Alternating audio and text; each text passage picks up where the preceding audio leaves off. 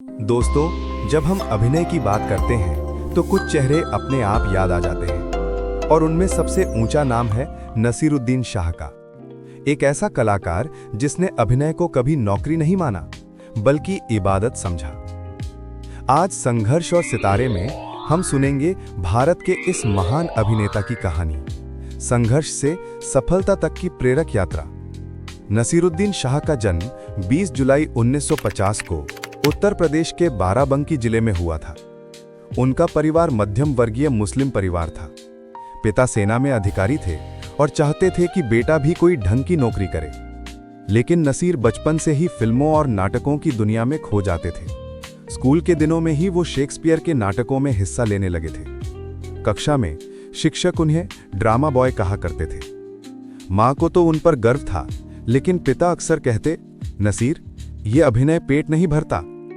अपने सपनों को साकार करने के लिए नसीरुद्दीन शाह दिल्ली चले आए और national school of drama (NSD) में दाखिला लिया। वहीं उनकी मुलाकात हुई ओम पुरी, राज बब्बर और शबाना आजमी जैसे कलाकारों से। इन तीनों ने मिलकर एक नई अभिनय पीढ़ी तैयार की, जो सच्चाई और यथार्थ को पर्दे पर लाना जानती थी। NSD के बाद उन्होंने पुणे के FTII film and television institute of India से भी पढ़ाई की, लेकिन शुरुआत में उन्हें फिल्में नहीं मिल रही थी, क्योंकि उनके पास न तो फिल्मी चेहरा था न किसी बड़े निर्माता से रिश्ता। कई सालों तक उन्होंने छोटे नाटकों में काम किया, यहाँ तक कि कभी-कभी पेट भरने के लिए दोस्तों से पैसे उधार भी लेने पड़े। साल 1975 में निर्देशक श्याम बेनेगल की फिल्म आई निशांत। इस फिल्म ने नसीरुद्दीन शाह को इंडस्ट्री में पहचान दी। उनका अभिनय इतना सच्चा था कि दर्शक उनके किरदार में खो गए।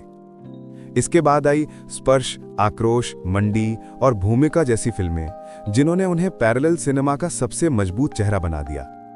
नसीर साहब ने सिर्फ गंभीर रोल ही नहीं निभाए, बल्कि जाने भी दो यारो, मासूम, कर्मा, इजाजत और त्रिदेव जैसी फिल्मों में उन्होंने ये साबित किया कि वे हर तरह के किरदार को निभा सकते हैं।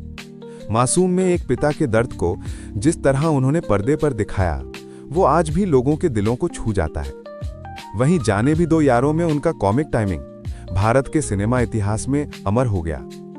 नसीरुद्दीन शाह का निजी जीवन भी उतार चढ़ावों से भरा रहा। उन्होंने मशहूर अभिनेत्री रत्ना पाठक शाह से विवाह किया। रत्ना जी खुद भी एक बेहतरीन अभिनेत्री हैं।